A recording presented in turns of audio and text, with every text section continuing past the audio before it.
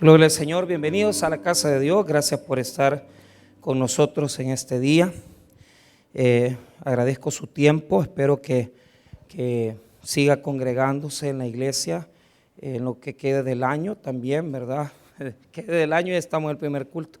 Pero es que vaya, en enero todos queremos arreglar las cosas con Dios, todos queremos volver al Señor, pero es de mantenerlo constantemente. Yo le animo a que ese impulso de acercarse al Señor sea todos los meses del año y que no bajemos la guardia, porque los tiempos no son fáciles y tenemos que estar tomados de la mano de Dios. Así que vaya conmigo a primer libro de Reyes 17. Vamos a hablar de la provisión de Dios. La provisión de Dios. Primer libro de Reyes, capítulo 17, verso 8. Cuando lo tenga, hágame el favor de ponerse en pie para tener reverencia en la lectura de la palabra del Señor. Primer libro de Reyes 17, versículo 8 en adelante. Muy bien. La palabra de Dios dice así: vino luego a él palabra de Jehová diciendo: levántate, vete a Sarepta de Sidón y mora ahí. He aquí, yo he dado orden ahí a una mujer viuda que te sustente. Hasta ahí vamos a leer. Padre, gracias te damos por tu palabra. Oramos por este primer miércoles de estudio. Oramos, Padre Celestial, para que a través de todo el año seas tú instruyéndonos en la palabra de Dios y que podamos tomarnos de tu mano para poder servirte, amarte y poder, Señor, darte lo mejor que podamos en este año. Te damos las gracias por tu fidelidad y tu amor. En el nombre de Jesús. Amén y amén. Pueden tomar asiento, amados hermanos. Muy bien. El tecladito, si me ayudan con el teclado, que no perdamos la unción. Muy bien. ¿Por qué no predico en Romanos? La razón es porque el estudio, usted sabe que el estudio lleva tiempo, lleva dedicación, y en estos primeros miércoles del año lo que yo quiero es entrarle a temas de cómo administrar nuestra productividad. Entonces, quiero darles las herramientas para que todos podamos enfrentar las situaciones que económicamente, productivamente estamos viviendo. El estudio muchas veces la gente no lo recibe bien, y eso es algo que yo quiero advertirles. Hemos tenido buenas asistencias los miércoles porque el libro de Romanos es de suma importancia para nuestra salvación, pero eso sí, no todos tienen el oído desarrollado. Entonces no todos les gusta, no todos les es de interés. Por eso es que yo quiero exhortarles antes de retomar Romanos. Probablemente lo retomamos en 2 miércoles más para poder ya entrarle a la última parte del libro, ¿verdad? Estamos en el capítulo 8, vamos cerrando el 8 y vamos a entrarle al 9, pero quiero que podamos tener compromiso, ¿verdad? Para los que siempre están aquí en el libro de Romanos. Muy bien, ¿qué es la provisión de Dios? La provisión de Dios es la capacidad de Dios de producir donde no hay recursos para producir. Eso es bien interesante. ¿Por qué razón?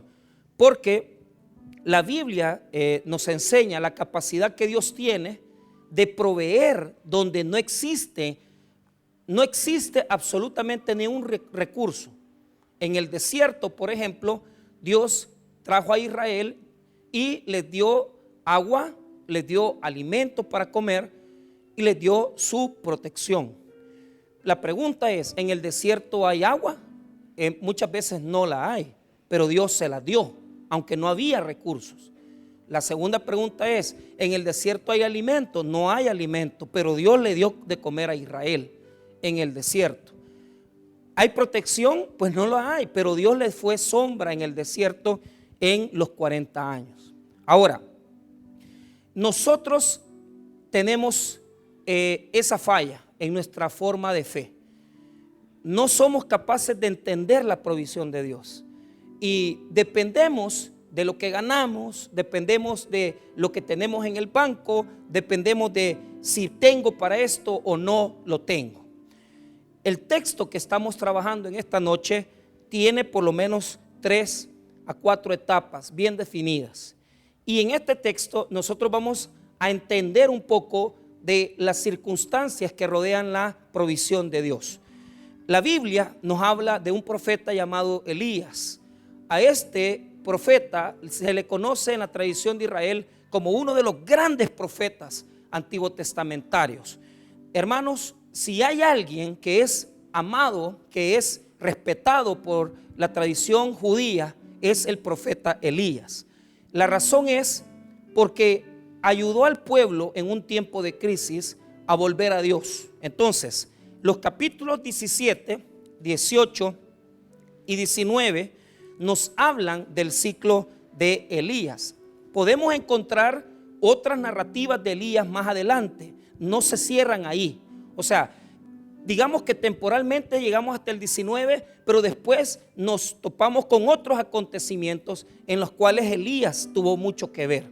Ahora, a Elías se le conoce por 2 características. Primero, porque es uno de los profetas silentes. Nosotros a eso de silentes es que no escribieron absolutamente nada. No hay un libro escrito por ellos, profético, sino que solo aparece en las narrativas de los libros de reyes, pero aparece sin escribir nada. Y la segunda característica es que aparece, hermano, sin producir, sin decirnos de dónde viene, porque sí sabemos que es tisbita, pero aparece sorpresivamente. En las narrativas de la Biblia, él aparece siempre desconcertando, o sea, aparece resolviendo los problemas, resolviendo situaciones. Y los teólogos siempre cuando van a estudiar el ciclo de Elías, se dice es que surgió de repente. Mire lo que dice el 17:1. Entonces Elías tisbita, que era de los moradores de Galaad, dijo a Acab. O sea, allí aparece una parte de la presencia de Elías en la narrativa de los reyes de Israel. Pero ¿de dónde sale? O sea, ¿cómo salió? ¿De dónde vino? ¿Por qué salió así de sorpresivamente hablándole a Acab? O sea, no nos explica la Biblia nada más que es Elías el tisbita, ¿verdad? Y tiene su origen, ¿verdad? En eso, en una aldea, ¿verdad? De esa, digamos, gran parte de Israel. Ahora, ¿cuál es el tema de esto? Aquí aparece con una viuda pobre. Una viuda en el Antiguo Testamento era una persona que prácticamente estaba condenada a la escasez económica. Muchas vivían en mendicidad, pidiendo porque ellas no tenían trabajo. Israel reconoce 3 tipos de pobres. Primero, las viudas. 2, los huérfanos. Y tercero, los extranjeros. Solamente hay 3 tipos de pobres en el Antiguo Testamento. Es las viudas, los huérfanos y los extranjeros. ¿Por qué? Porque no tienen tierra, porque no pueden trabajar la tierra, porque no son dueños de nada. Entonces, en este texto se nos presenta a una viuda. Ahora, ¿cómo Dios lo va a llevar allí? ¿Cómo Dios lo va a llevar a ese lugar? Sin meterme en los textos anteriores, voy a hacer una breve explicación del versículo 1 al 6. Viene una gran sequía a Israel y Dios le dice a Elías: vete a morar a la orilla del río, ¿verdad? Ese se llama Kerit, a la orilla del arroyo de Kerit. Kerit, hermano, es representado como un lugar de sustento, de provisión. ¿Por qué razón? Porque no había agua, había sequía. Y yo puedo decirles que en todo ese tiempo que no llovió, en Kerit fue el último lugar donde hubo agua. ¿Por qué? Dios le dice a Elías: mira, te voy a sostener ahí en esa situación, en esa circunstancia, allá en un arroyo donde vos podés beber agua, Y la palabra de Dios dice que en ese lugar Dios proveyó de alimento. La Biblia nos explica que cuervos llevaban comida a Elías para que comiera, pero él bebía del arroyo. Él bebía agua de ese arroyo de bendición para su vida. Entonces, Kerit, hermanos, representa etapas de nuestra vida en donde entramos en tiempos de escasez, en donde entramos en tiempos donde no son buenos tiempos, sino que hay sequía y nosotros dependemos del arroyo, dependemos del agua que está ahí. Pero ¿qué es lo que pasó? El versículo 7, que en muchas Biblias, ¿verdad?, aparece como parte ya de la narrativa que estoy desarrollando, nos dice algo muy importante. Dice que el arroyo se secó. Mire lo que dice el verso 7. Pasados algunos días, se secó el arroyo porque no había llovido sobre la tierra. Entonces, ok, Elías ya no puede controlar este problema. Ya no lo puede controlar. Eso es más grande que él. Nosotros tenemos situaciones en nuestra vida que son más grandes que nosotros. ¿Por qué? Vaya, si le toca a usted ir a pagar los impuestos, si le toca a usted, digamos, pagar el agua, esas son cosas que usted tiene en su posibilidad, porque usted tiene su dinerito, puede pagarlas. Pero cuando ya no llueve, cuando no cae agua, cuando ya no está lloviendo y hay una gran sequía, y de repente de donde usted está tomando, hermano, el último lugar donde usted estaba bebiendo agua, se seca también. Ahí entramos en una situación difícil. Pero mire qué importante. ¿Por qué? Cuando nosotros llegamos a la iglesia con mi familia, estoy hablando en 1996, fíjese, mi mamá había luchado, porque mi papá la apoyó mucho en eso, fueron a poner una clínica, mi mamá es odontóloga, y fueron a poner una clínica a Chalatenango. Mire, ¿por qué fue ahí a Aguilares la fueron a poner? ¿Por qué la fueron a poner a Aguilares? Ni me pregunte, no tengo la menor idea. Pero yo me acuerdo que es que mi papá le decía a mi mamá, le decía, mira, le dijo, habían puesto una clínica frente al mercado central y no le funcionó. O sea, mi mamá tenía su equipo, tenía todo, pero enfrente del mercado central y la gente no le llegaba. O sea, bueno, entonces mi papá le dijo, mira, allá en Aguilares, en la zafra, que es esta época, ¿verdad?, donde se saca la caña para el azúcar y todo eso, mira, se va a poner bueno ahí. Y mucha gente le había dicho a mi madre y a mi papá que la gente tenía dinero en esa época, ¿verdad? Entonces, ¿por qué se fueron a meter ahí? No tengo la menor idea. Si es por el azúcar, si por la caña, yo no tengo la menor idea. Lo que yo le puedo decir es que mi mamá sufrió mucho esa época. Yo la veía a mi mamá agarrando los buses para Aguilares. Mi papá, algunas tardes que llegaba temprano a la casa a la 1, nos recogía, y a mi hermano, a mí, vamos a traer a su mamá, y nos íbamos para Aguilares a recogerla, fíjense. O sea, y yo me acuerdo venir en el carro de mi papá con mi mamá, mi hermano, y ellos dos decepcionados totalmente. Y nosotros siempre le decíamos lo mismo a mi mamá, como que a vender iba, ¿verdad? Porque imagínense, como que fuera venta no, o sea, qué difícil, ¿verdad? Que los odontólogos ganan por las muelas picadas de uno, ¿verdad? Porque yo tengo un amigo, un odontólogo amigo, y estábamos desayunando en un restaurante y le dice, mire doctor, le dice un amigo mío, el plato valía como 20 pesos. Mire doctor, ¿qué es eso para usted si es una muela que saca en la mañana? Imagínense, los doctores igual, ¿verdad? Sin ofender a los doctores que están presentes, que pues sí, por la enfermedad. Pero ¿cuál es el punto? Yo le decía a mi mamá, mamá, sacaste muela. Mamá, sacaste, como que las muelas íbamos de sacar muelas iban a comer, ¿verdad? Los hijos. Pero mire, mi mamá decepcionada, triste, en una crisis, un tiempo de arroyos, de sequía. O sea, esos son los ganchos de Dios. Esos son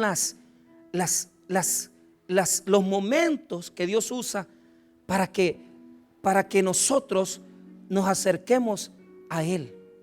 Y se los explico. En ese momento fue que mi papá comenzó a poner la radio bautista. Y así se dormían oyendo al hermano Toby, al pastor fundador, nuestro pastor fundador, y se reían con los chistes. Y mi papá ya ponía en el carro la radio bautista. Ese fue el gancho. Esa fue la forma de cómo entró Y esto es lo que voy a ver ahorita. Dios permite los tiempos de sequía para que la palabra de su labio, la palabra de Él, pueda entrar en tu corazón. Porque vea, mire, hay sequía, ya Él no se va a poder mantener ahí, Él ya no va a poder beber agua del arroyo, pero mire cómo resuelve Dios el problema. Verso 8, mire cómo lo resuelve. Mire Dios cómo hace. Vino luego a Él, mire lo que dice, palabra de Jehová. Diga conmigo, palabra de Jehová. O sea, ¿qué es lo que vino? ¿Qué es lo que trajo la sequía? La palabra de Jehová. Entonces, la palabra hace espacio en nuestra vida, en nuestros problemas. La palabra hace espacio en nuestras dificultades. Imagínate cómo entró la palabra a nosotros ahí, que mi papá comenzó a poner en el carro la radio bautista. Y sinceramente a mí no me daba ni gracia. No, yo me enojaba con ellos porque yo era más católico que mis papás. Entonces yo les decía, ¿y para qué oyen eso? Y se metían ya a dormir tipo 9 de la noche y ponían la radio. ¿Se acuerdan esas épocas, verdad? De donde la gente oía bastante radio, ¿verdad? No habían celular, no había cable, ¿eh? Imagínese la vida, se moriría usted, pues va sin celular. Entonces, pero ahí mi papá y mi mamá oyendo al pastor. Entonces un día, un 17 de julio de 1996, ellos llegaron a la iglesia porque la palabra había entrado, porque había sequía, había necesidad. Entonces, usted dice, ¿cómo es que hace la provisión de Dios? Lo primero que entra es la palabra para proveer. O sea, tal vez ahorita usted no tiene trabajo, tal vez ahorita usted no tiene lo que usted necesita, porque habrán personas ahorita que, mire, me están descontando tal cosa, no te preocupes, la palabra de Dios entra en la sequía, la palabra de Dios entra en la necesidad. La palabra de Dios entra en el divorcio, la palabra de Dios entra en la separación, la palabra de Dios entra cuando estamos en crisis. Ahí es donde nuestro corazón se pone ya más dispuesto a oír a Dios. Entonces, la palabra entra. Ese es el primer elemento de la provisión, la palabra ha entrado. Ahora, oíme bien, la palabra de Dios mueve personas y mueve recursos. O sea, la palabra mueve todo en nuestra vida. La palabra mueve todo. La palabra entra a nuestra situación y mueve personas y mueve situaciones y mueve cosas. Pero esto te lo quiero decir así. ¿Por qué? Porque no es que vas a salir de la sequía. La sequía la vas a vivir. Pero en la sequía Dios va a mandar su palabra fiel, verdadera, para animarnos, para fortalecernos, para que nosotros podamos enfrentar el problema. Mira, yo te podría contar situaciones, y esto tal vez se lo ha contado mi esposa en alguna vez. No teníamos dinero para comprar, le dije todavía, $20 andaba yo, estábamos en la despensa de Don Juan de la salida de Usulután, teníamos 8 meses de estar pastoreando en Usulután y no teníamos para comprar la leche. Y ahí en el súper, hermanos, que hasta ahorita yo conservo la amistad de ellos, yo me encontré a un abogado, un hermano de la iglesia. Pero nosotros ya llevábamos así, que ya lo que íbamos a comprar, porque no nos alcanzaba más que para el botecito chiquito de leche. Más que la primera niña, la Belén, no tomó mucho pecho porque le hacía daño. Entonces teníamos que comprar una leche bien cara. Y fíjese cómo es Dios, hermano, que nosotros bien achicados íbamos para la casa, porque usted sirviéndole a Dios, como muchos que tal vez van a salir ahorita de la casa y ¿a qué van? Sin pisto, gastados. Tal vez no tienen para pagar un recibo, algo les pasa. Y así íbamos nosotros con mi esposa y allí, yo no sé, el abogado, pastor, me dijo, quiero bendecirlo, no sé qué. Hermano, un billete de $100, así, de 100 pesos. Yo tengo idea que se lo dio a mi esposa, porque siempre nosotros nos ponemos como, ay, no me dé nada, que no sé, pero por dentro usted lo quiere quitar, el dinero. Pero, pues sí, imaginen el gran agüite que andábamos, 20 pesos para comprar la leche, $20. O sea, cuando usted le diga, mire, aquí usted hágase el que, no, mire, pero usted arránqueselos de las manos. Entonces, mire, le quiero bendecir, le quiero regalar esto. No, que no va a creer, pero agárrelo rápido antes que se arrepienta. Así vamos con mi esposa. ¿Qué es lo que Dios hizo? Movió el corazón de ese hombre para que nos bendijera. Pero mira qué fue, la palabra. La palabra es la que mueve situaciones. ¿Por qué? Mira, la palabra entró por medio de la sequía. O sea, la sequía es la puerta de la palabra. La palabra entra y mira lo que le dice en el 9. Ahí están las instrucciones de Dios. Levántate, vete a Sarepta de Sidón y mora ahí. He aquí, yo he dado orden ahí a una mujer viuda que te sustente. Vaya. ¿Quién dio la orden? Dios. Ahí te he mandado, men. La orden ya está dada. La sequía ya está. Pero ¿qué es lo que pasa? La palabra iba a venir ahora al culto. La palabra de Dios iba a tocarte ahora, pero vos no viniste. No viniste. Entonces, ¿cómo va a transformar mi vida la palabra? ¿Por qué tengo que venir al estudio bíblico? ¿Por qué tengo que venir el domingo? Porque la palabra entra en mi vida, entra en mi circunstancia, entra en mi familia y entra en mi corazón y transforma las cosas.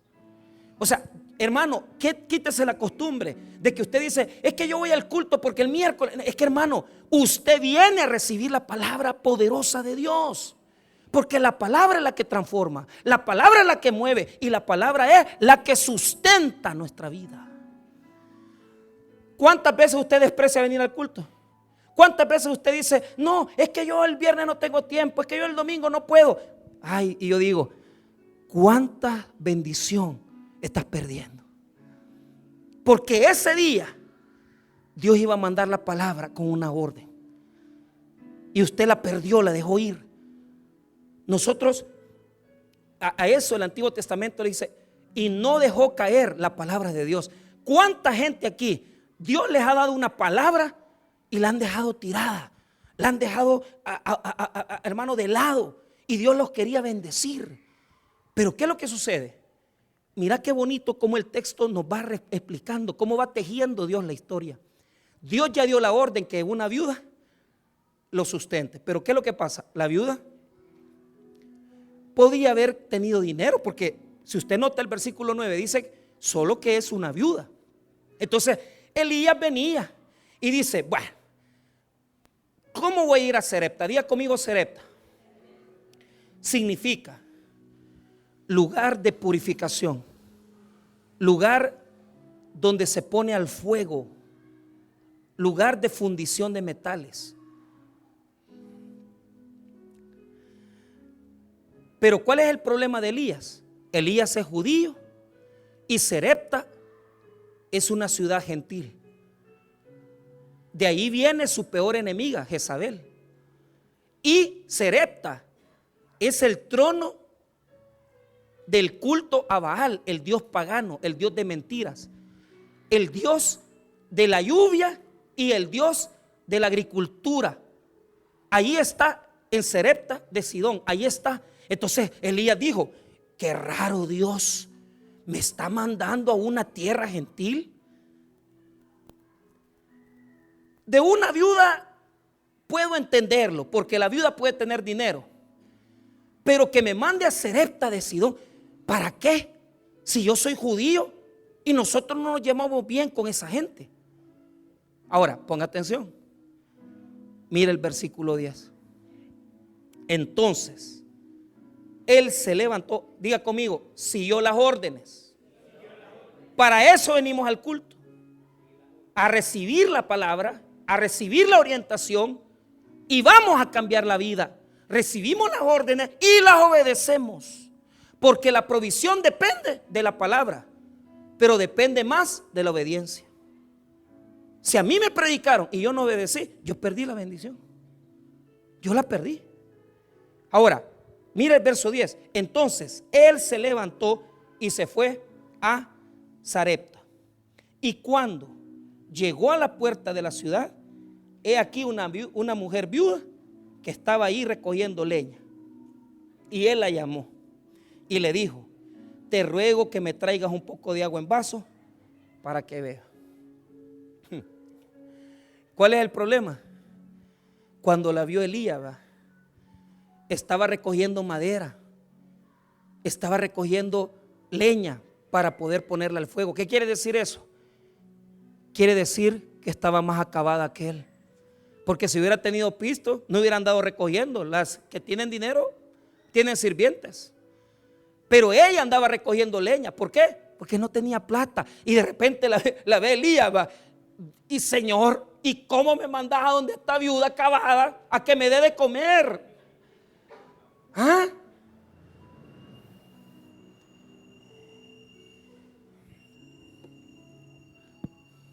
Veamos el horizonte.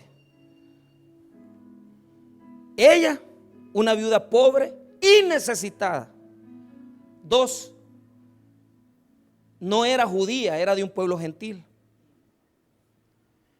Mira, Elías venía pensando: que me mande Dios donde mi familia, ¿verdad? Que me mande Dios donde un judío bueno, que me mande Dios donde una persona que tenga pisto para que me mantenga. Es que ese es Dios, que nos manda circunstancias difíciles, donde de repente el horizonte pinta como esta mujer va a darme de comer. No tiene plata, es viuda, no tiene marido.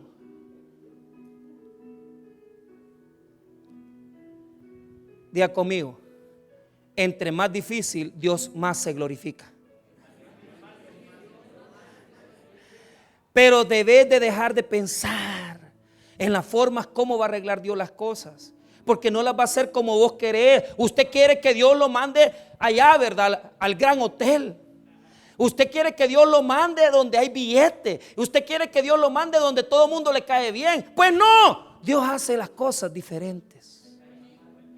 Pero cuando usted va en ese camino, cuando usted va en ese proceso, que usted dice: ¿y cómo ir yo a donde esta persona? ¿Y cómo Dios me va a dar ahora? ¿Y cómo Dios me va a dar trabajo si no hay trabajo? ¿Cómo Dios ahora? Si mira, tenía mi amigo ahí que me dijo que me iba a ayudar y ya no lo tengo. Entre más oscuro se vea el horizonte, la gloria va a ser más para nuestro Señor. Y usted va a ver cómo Dios se va a glorificar, no solamente el día de mañana, sino que todos los días de este año. Que aunque vayamos a la sequía y veamos una neblina tan oscura que no permite ver más allá, Dios se va a glorificar en nuestra crisis. Y usted va a comer, porque usted no come por las circunstancias, usted come por la palabra de Dios. Usted come por la palabra de Dios. Usted no come por las circunstancias. Pero lo más terrible, le dice: dame un vaso de agua. Ahí estaba como él. ¿Por qué? Mira cómo Dios obra. Poneme atención en esto. Dios dijo atrás que él había dado la orden. ¿Quién dio la orden? Pero la viuda no ha recibido una palabra de Dios. La viuda no se le ha aparecido un ángel. Entonces, ¿cómo Dios dio la orden? Le puso disposición. Diga conmigo: disposición. Mira, a veces lo que Dios hace es poner en el corazón de la gente que actúe a favor de nosotros. Mire, que actúe a favor de nuestras vidas, que actúe a través de nuestras circunstancias. Eso es lo que Dios pone.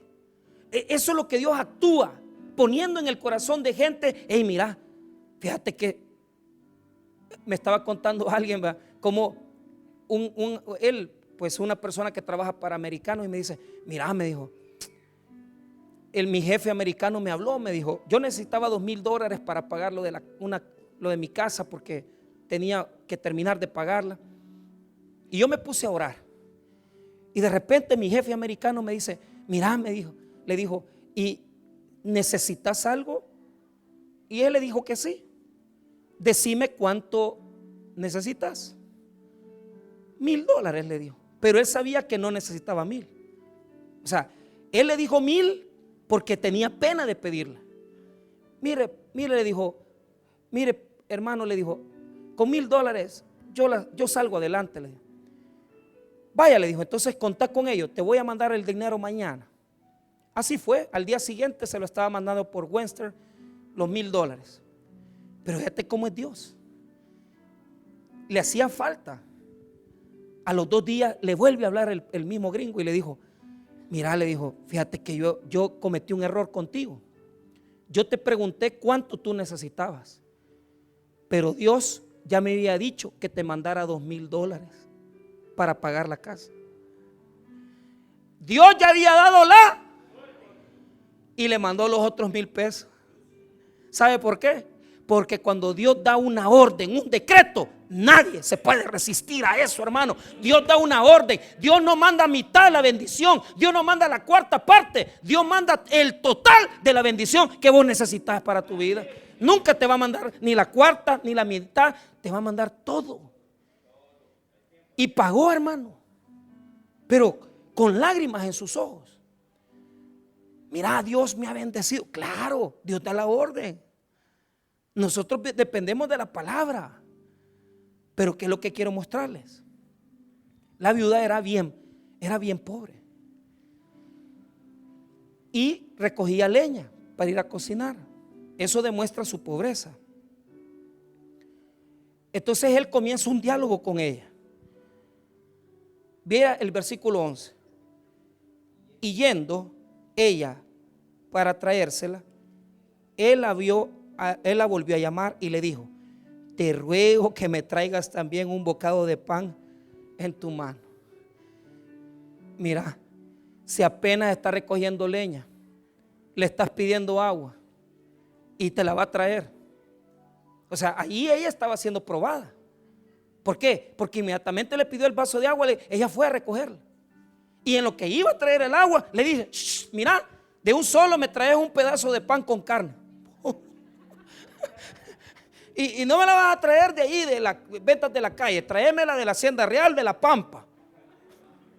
La viuda pobre. Estás loco, Elías. Estás loco.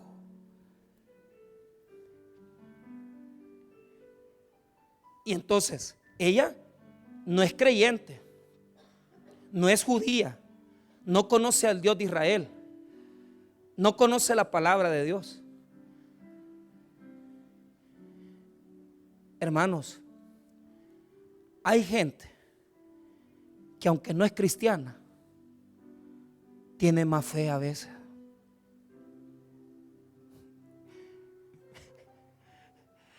Uno va a decir, esa es herejía.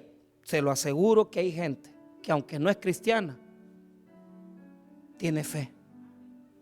Tal vez no salvífica, pero tiene fe que las cosas les van a ir bien.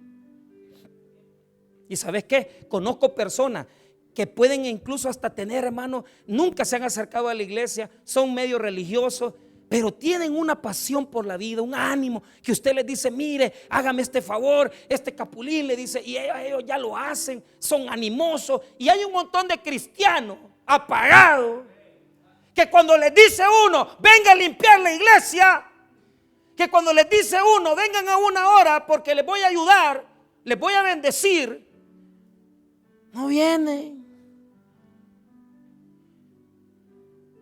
Ella no creía en Dios. Si el Dios de esta señora es Baal. Y esa es la vergüenza del texto, que hay gente que no es judía, que no es creyente, que le creen más a Dios que nosotros. Por eso es que en Cojutepeque hay un montón de impíos que tienen buenos negocios. En Cojutepeque hay un montón de impíos que tienen buenos puestos. No es usted. Pero ¿sabe cuál es el problema? El problema es que hay un montón de creyentes que Dios les dice, mira, si ya te puse las cosas en tu corazón, hacelas. no lo hacen, no le obedecen. Ya les puso Dios en el corazón que vayan a ganar almas. Ya les puso el Señor en el corazón que vengan a las comunidades de fe. Ya les puso en el corazón que vengan a un culto y no quieren. ¿Por qué? Porque nadie quiere dar pasos de fe. Se han conformado a tener su Dios Baal, su religioncita, que no lo saca de apuros ni de necesidades. Baal es el Dios del trueno. Baal es el Dios de la lluvia. Baal es el Dios de la agricultura. Pero mira cómo te tiene recogiendo palos en la calle.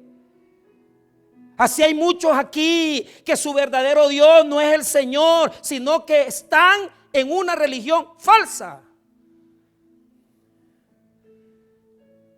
Y se están dando sopa de pitos ustedes solos porque creen que Dios los va a bendecir teniendo 2 hogares, creyendo que Dios los va a bendecir metiéndose con tanta mujer le aparezca.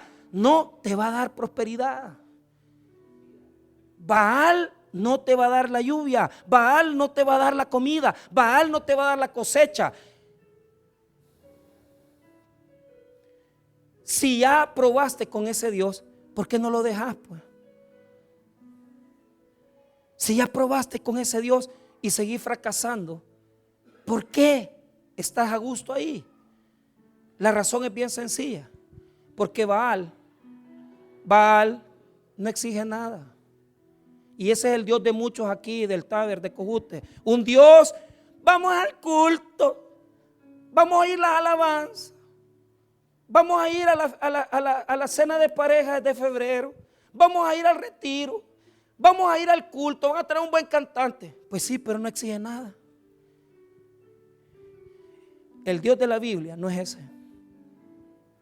Te voy a presentar al Dios de la Biblia ahorita. Mira el versículo 12 para ir a terminar. 11. Y yendo ella para traérsela, él la volvió a llamar y le dijo: te ruego que me traigas también un bocado de pan en tu mano. Vea la respuesta de la viuda. 12. Y ella respondió: vive Jehová tu Dios. Ojo, mire lo que dice: vive Jehová. Yo no soy creyente, vos sos creyente.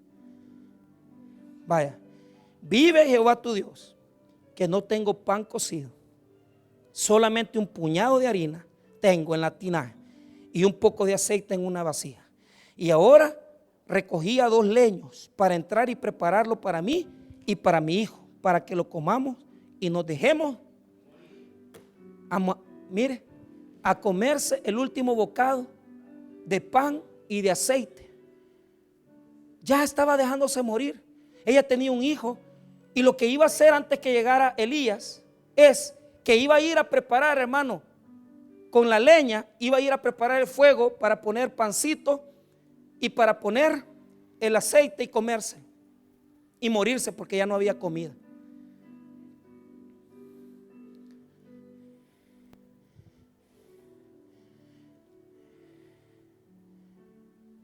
Pero ahora el profeta le va a dar una dirección y le va a decir, mire lo que dice el 13. Elías le dijo: no tengas temor, ve, haz como has dicho, pero hazme a mí primero de ello una pequeña torta cocida debajo de la ceniza y tráemela, y después harás para ti y para tu hijo. Sin vergüenza este profeta. Oye, le dijo: dame de comer a mí primero, le dijo. Eso es lo que piensan muchos. Eso es lo que piensan muchos. Pero ¿sabes cuál era el problema? El punto es el mismo de siempre. La provisión de Dios viene cuando nosotros sabemos poner a Dios en el primer lugar. Eso es todo. Mira, ella pudo haber venido y dicho: ¿a quién bendigo? ¿Al profeta o a mi hijo? ¿Le doy de comer al profeta o le doy de comer a mi hijo?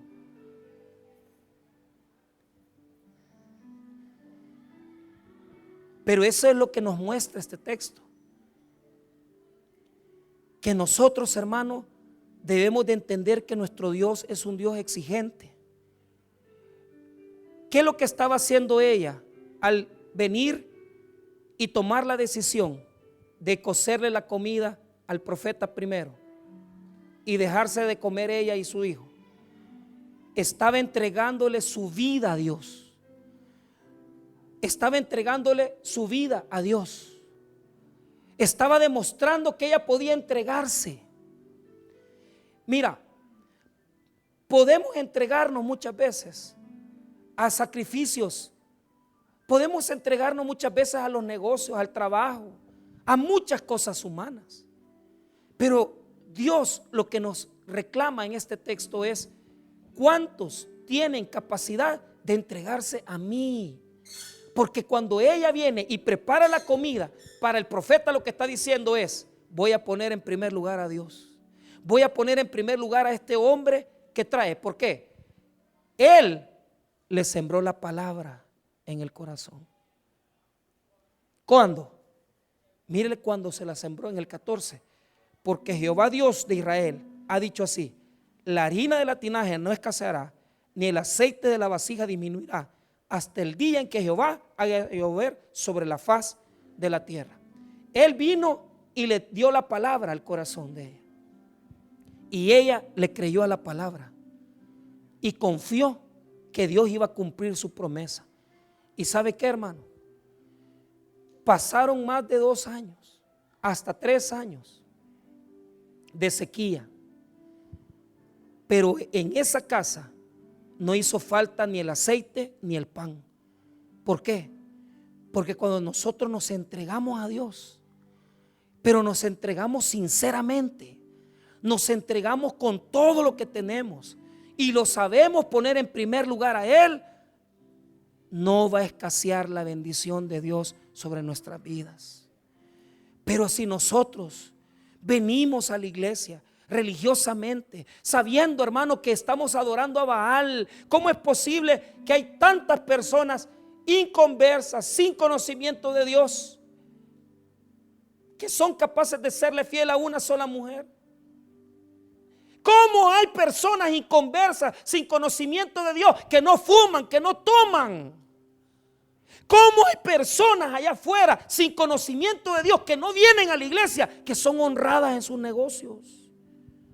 No le roban a la gente.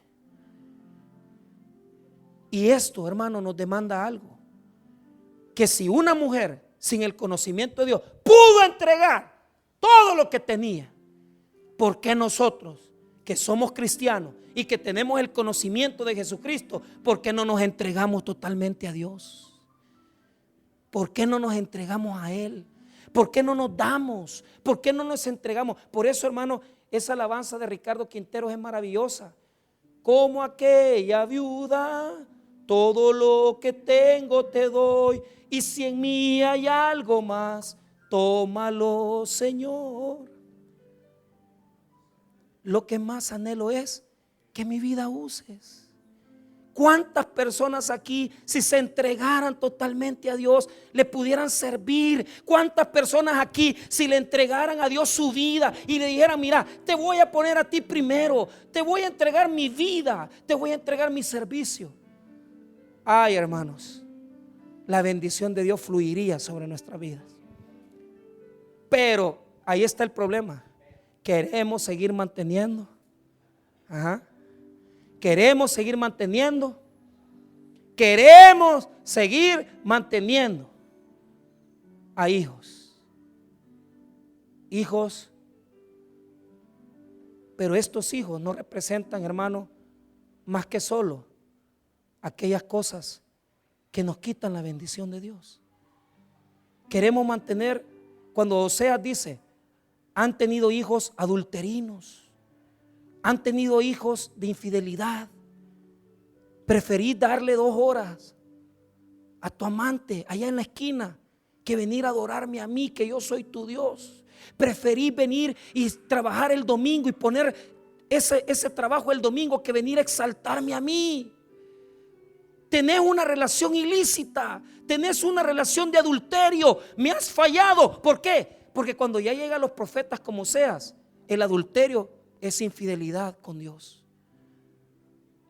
Y eso es lo que demuestra este texto. Demuestra que muchos preferimos tener una infidelidad engañándonos a nosotros mismos que ser fieles al único y verdadero Dios que existe, que es el Dios de Israel. Él es el verdadero Dios. Él es el único que merece nuestra adoración, nuestra exaltación, nuestra alabanza. ¿Para qué vas a tener?